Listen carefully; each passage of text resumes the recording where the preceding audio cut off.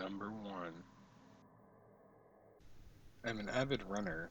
This time of the year, with the heat index being around 105 degrees and the humidity is suffocating, so I tend to go for late night runs around my town. I live on the border between a quiet suburban area and a medium sized urban sprawl of office buildings, restaurants, and large malls. By day, cars gridlock in the street and the whole place is bustling with activity, but mostly traveled by commuters, so at night it's much quieter. Hardly anyone on the sidewalks, tall empty office buildings reaching into the night. I start my run in sort of a large circle around the edge of the urban part of town, and over the course of a few miles, work my way to the quiet, more residential area, eventually making my way back to the condo I live in on the border. When I say late night runs, I'm talking starting anywhere from 11 to 1 a.m., depending on the weather conditions. It's quite relaxing, quiet, easy to focus on getting my workout in without having to dodge careening SUVs and other pedestrians. Anyhow, I'll cut to the chase. Within the last couple weeks, I started seeing this woman sort of hobbing along on one of the sidewalks towards the end of my running course that I follow. There's a retirement community about a quarter mile down the road from my condo complex, so I naturally assumed it was just an older woman getting some fresh air in the cool night. I didn't see her every time. I'd say maybe 3 out of 5 of my runs I'd see her. The last part of my course is roughly a 1 mile straightaway down a street that passes by the retirement home and cuts around a bend up to where my condo is. The reason I initially assumed she was an elderly lady is because she walked with a short wooden cane and had a white shawl wrapped around her head, sort of in that fashion you'd see in old movies in the 50s or 60s. Every time I'd pass by her, I'd say, "Excuse me, miss," and go on my way. She never said anything back to me. At some point, I noticed a sign on one of the buildings in the retirement home that said, "Special Community for the Memory Impaired." My grandmother had died of Alzheimer's, so I felt saddened and wondered if the lady who I kept passing might have some form of dementia or mental handicap. One night I was going on a particularly hard run, doing a form of sprint intervals. You sprint as hard as you can for 2 minutes, then walk for 4 minutes, then start over. At this point, I was deep in the residential area of town. It was very dark, save for the few street lights. There was absolutely no one else around. During one of the intervals where I was walking, I glanced behind me and saw the hobbling, frail shape of the woman in the shawl about 100 feet behind me. We're very far from the retirement community, and something seemed wrong, so I called out, "Excuse me, miss, are you lost?" She was standing directly beneath an orange glow of a streetlight. I could hear moths and mosquitoes whirring around in the summer heat as I began walking over to her. As I got closer, I saw that not only was she wearing a strange shawl, but she was wearing a very loose fitting clothing, sort of like a black gown that flowed around her thin, wiry body. A gentle breeze caused the gown to sort of dangle around her.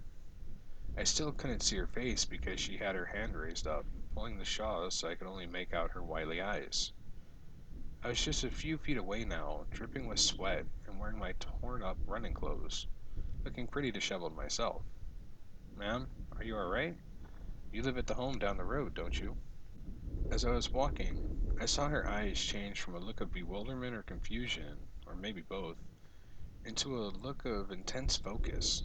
Dropping her cane on the sidewalk, she stood up straight, and I realized she was nearly as tall as I am. She locked eyes with me as I stammered, taken aback by the sudden change of her demeanor. "Do you need help getting home?" I managed to choke out, trying not to sound too surprised. She continued glaring at me for a few moments, when a resigned look of sadness entered her expression. Slowly she removed her hand from her face, letting the white shawl fall away to blow serenely in the breeze.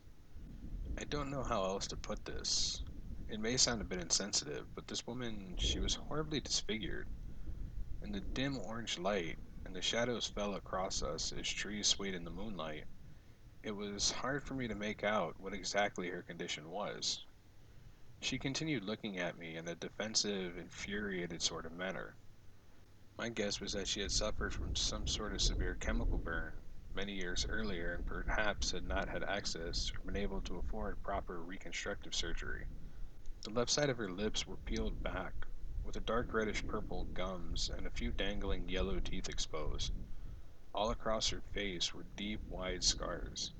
Most of her nose had rotted away, giving her an exposed nostril, almost like a jack-o'-lantern appearance. I feel awful, but I had to admit, I audibly gasped when she revealed her appearance to me. I even stepped back a bit.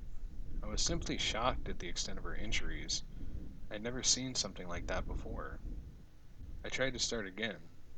Miss, I don't think it's safe for you to be out here by yourself. Why don't we.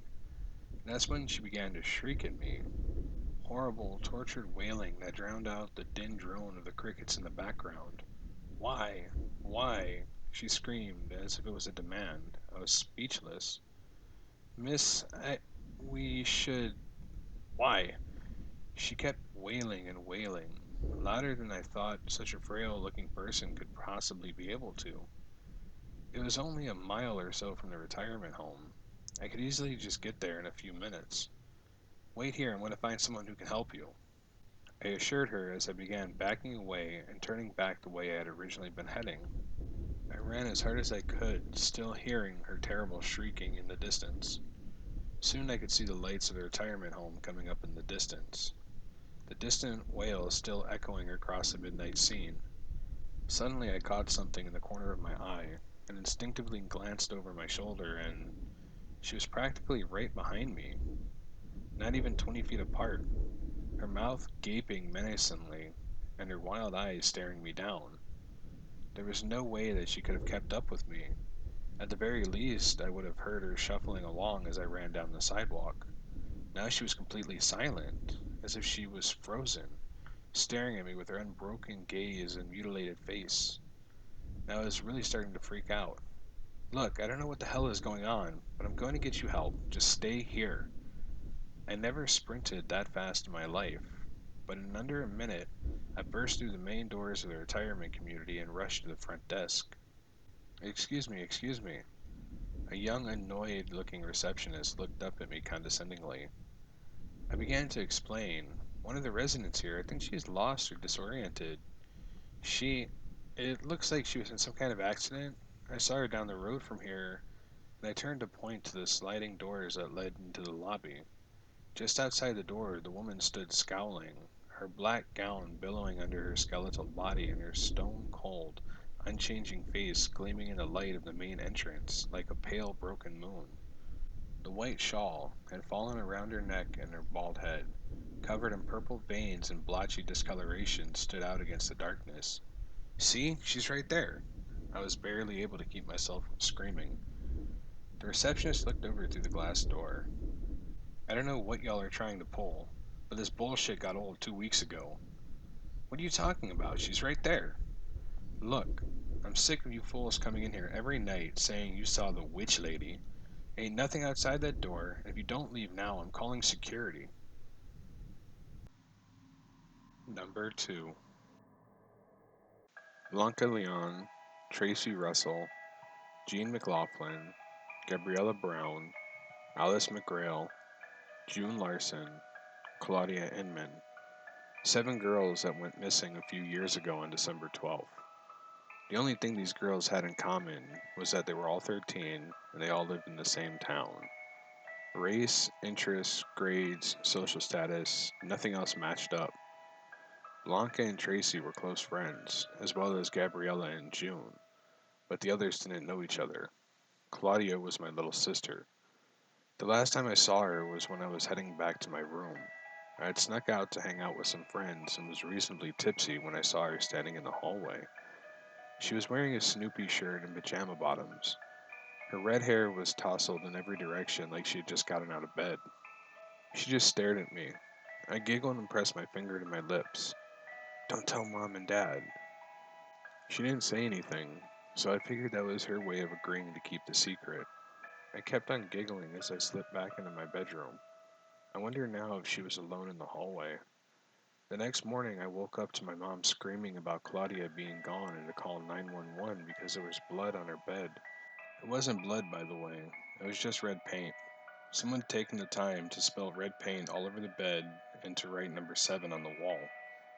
Up until this point, I was a shithead of a teenager, sneaking out, drinking, smoking. I was kind of the worst. But when Claudia went missing, I changed myself. I was one of the people out searching every day. I helped answer phones and comfort other distraught families. I kept my family together as we prayed for Claudia's safe return. I knew we'd never find her alive when the first body was found. It was Tracy. I became friends with Tracy's mom, Amelia, while the shit was going on. Amelia blamed herself for this, saying the last thing that had happened between her and her daughter was an argument. Tracy wanted to go see her dad for Christmas, and Amelia was putting her foot down. Tracy screamed that she hated her and that Christmas was going to be the worst year before storming into her room and slamming the door. The next morning, Tracy's bed was covered in red paint and the number 1 was painted on the wall. Tracy's body was found in California. For reference, we live in Indiana, and it was 2 weeks after the girl had gone missing that this poor fucking minister walked into the church to prep for the morning services, only to find the mangled body of a teenage girl. It was worse than words can do to justice. Pictures got leaked on the internet, and although I told myself I shouldn't look, I did anyways before they were taken down. Tracy had been strung up from the ceiling, dangling from the rafters like a morbid marionette. Her eyes had been put out, and have you ever heard of the method of torture called the blood eagle? If you don't know what it is, I'll save you the trouble of Googling it. The victim is tied face down, while the back is cut open and the ribs are detached from the spine, and the lungs pulled out and over the ribs to mimic wings. It's not pretty, but that's what happened to Tracy. The killer had given one mercy, and that was that he left Tracy's school picture taped onto her chest with her full name, address, and date she went missing. Amelia had a full breakdown when the news was delivered. She ended up being institutionalized, and I don't blame her. The autopsy confirmed that Tracy had been alive when she was cut up like that. Each week, a body turned up, scattered all over the U.S. Christmas had already came and gone by the time Tracy's body was found, but Claudia's presents were still under the tree that we had yet to take down. Normally, Dad would insist on taking it down the day after Christmas, but we just couldn't do it. An unspoken wish that Claudia would be found safe and sound, that we could all have Christmas together. This wasn't a wish we'd get. The final girl taken, the final girl found. Claudia was found only 10 minutes down the road from where we lived at a small St. Anthony's church. She had taken her first communion there. She had been cut up like the others, only this time she wasn't alone. Mr. Leroy Weber was found kneeling under her body, praying up to it as blood dripped down on him. The monster we'd all been hunting down was the unassuming algebra teacher for the 8th graders at the local middle school. I had Mr. Weber's class way back when. I thought of him as one of my better teachers, and he knew how to make material clear to us, and he never assigned homework. When asked why, he'd just shrug and say, "Less for me to grade." He certainly didn't look like a killer. He was over 50, and wasn't over 5'7" in height, and looked like a strong wind could just blow him away. But then again, you probably don't have to be strong to put a knife to a child's neck and tell her if she screams, he'll kill her entire family. And that's how he did it. He never tried to deny what he did. He had his full confession written out and ready to go the moment the cop rolled up to the church. When we were told that it was him, I saw red. If my dad didn't catch me leaving the house with a gun and the intent to murder him, I would have been in a lot of trouble. Amelia wasn't the only one who had to go to the mental hospital for a bit. I ended up joining her that night. I'm not saying that like it's a bad thing either. I'm actually glad I went. I probably would have completely snapped without the doctor's help. Mr. Weber never went for the insanity plea, but to be fair, I think it would have worked for him, because his bullshit reason for killing all these little girls made me seriously contemplate busting out of the hospital and going to wring his scrawny little neck. He wanted to make them angels. He was the only thing that really tied them together. One time or another, each of those girls had been in his class. Each of those girls he claimed was perfect. I had to be sure I got the formula right. I practiced on cats and dogs. If I failed when the time came, then they wouldn't be angels. Just remembering that sick fuck makes me sick. What really takes the cake, though?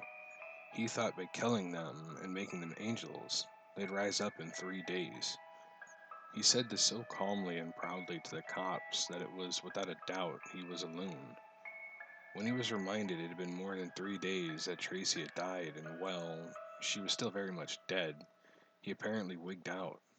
He tried to disarm one of the police officers to shoot himself in the head. He didn't succeed, but when his case went to trial, he begged for the death penalty. I know because I was there. I managed to get out in time for the sentencing trial. I was holding Amelia's hand as Mr. Weber sat in the chair. I'd almost expected him to be different. Maybe he'd have a dark smile or insane laughter. But when he spoke, it was the same voice he'd used when he was teaching. Please, I failed my mission. I need to pay for the price of my horrid sins. It was this one thing he wanted, and it was one thing he was given. I didn't attend to the execution, but Amelia did. She called me when it was over. She was crying, saying she thought it'd make her feel better, but it didn't. She actually felt worse.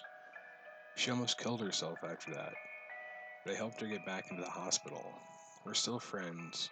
We visit Claudia's and Tracy's grave together. All the angels were buried together. Angels. I wouldn't have called Claudia an angel while she was alive. She was an imp, like I was at her age. I guess Mr. Weber saw something I didn't, though.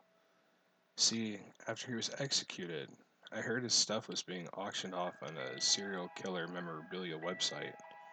Yes, those are real, and I really wish they weren't. But the big ticket item was his journal, his exact plan for what he was going to do with the girls. I ended up emptying my checking account to buy that book. When it arrived, I spent all night reading it. His plan truly was to create an angel, a holy being of justice and the sword. His ramblings raged from crazy batshit insane, but he truly believed in what he was doing, and I think he may have succeeded. It's been 3 years. I've recovered best I can, and last night Amelia and I were heading to the graveyard when we were stopped by a bright light. We both fell to the ground to cover our faces. When I lowered my hands to catch a glimpse, that's when I saw her. It was Tracy. She was wearing the green dress she was buried in, her innards dragging behind her from where her back was sliced open. Her eyes were emitting that bright light, white orbs that were practically burning out of her shrunken face. Amelia sobbed when she realized who the girl was and ran forward, only for Tracy to back away, shaking her head. When Amelia reached to touch her, she shrieked, backing away as her hand crumbled away like ash. Tracy sobbed and leaped into the air, floating away until she was a star in the sky. All the graves have been torn open from the inside. Some of the other parents have claimed to see their child. Meanwhile, I'm waiting at my parents' house, right at the front window.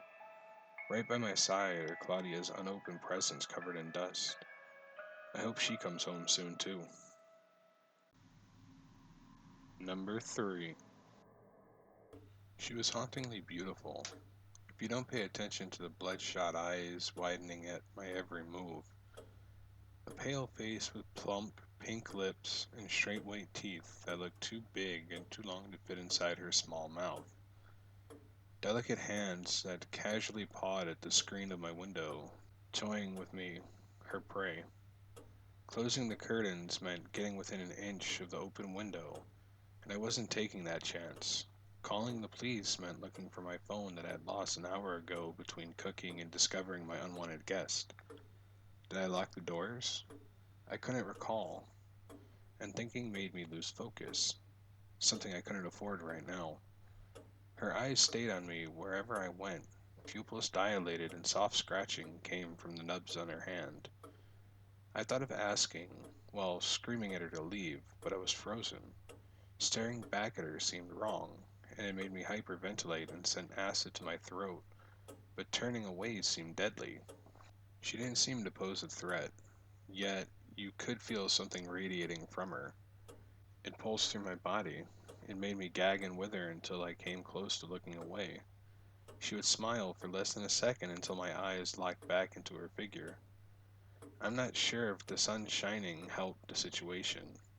It didn't change the coldness that stuck with me the moment I saw her. It didn't change the fact that I didn't know where my phone was, or that if I were to scream for help, it wouldn't arrive soon enough. A bang came from somewhere in the far end of my house, causing me to turn around. I heard of shuffling outside, and she was no longer at my window. My pulse was throbbing, head was cloudy with fear and anxiety. I darted in the living room to see her standing at the window. Her smile was now horrendously wide. I wasn't sure what to do. This could be part of something bigger, a ploy to keep my attention on her and away from something more sinister in my home. Her eyes moved to glare at something behind me, and I almost looked. A soft growl emitted from her lips. I was trembling, close to falling and sobbing on my hardwood floors. Trapped and confused, I had no out other than to stare at her until she left. Her mouth unhinged impossibly wide into a wordless screech. A ringing burst through my eardrums, and blood poured down my neck. Black spots blurred my vision. Still, I kept my eyes trained onto her. I dug my nails into my hands, feeling the crescents fill with blood. The stinging sensation temporarily brought my focus back until she closed her lips and smiled at me once more. She was gone. I hadn't seen her move. I ambled towards the kitchen, the last room before my front door. At a glance, I saw my phone on the counter, next to her rotting flesh peering through the window. Eyes locked, I slowly made my way towards my only means of help. Every step I took, skin melted from her face and her smile grew larger. Once I finally reached the counter, she was barely more than bone, chunks of flesh hanging from her haphazardly. I pressed my home button 3 times, a function I'm so thankful I set up. It alerted local authorities and my in case of emergency contacts. Please let me in. I wanted to kill myself right there. Her voice gnawed at my innards, sent my heart plummeting into my stomach. Another scream crashed through the house, but this time it was me. She opened her mouth again, laughing, vibrating off my walls and through my spine. It echoed forever, an eternity of torment and plague. Her head smacked into my window again and again, each time her face changing to someone I cared for, breaking their false bodies for her own entertainment. The glass cracked. I could taste death on my tongue. Sirens came from the distance and sent her into a frenzy. Harder and harder, she smashed her head into the window, pleading me to let her in. Her voice got higher and higher. I covered my ears, and I started to wait for my life to end, praying that she wouldn't kill me slowly. Her arm was wrenching its way in, the bones scraping against shards of glass. Her smiling eyes bore into me, but I could hear the sirens getting closer, and suddenly she was gone. The police were banging on my door, and relief spread through my body. It was over. They searched the house and property twice. Nothing was found, of course. I was sent to the hospital and then to a mental health institution. She stares at me through the small glass panel on my door. There's no escaping her here, and everyone else claims that they don't see her. Every night she gets closer, and I'm afraid she might actually come inside tonight.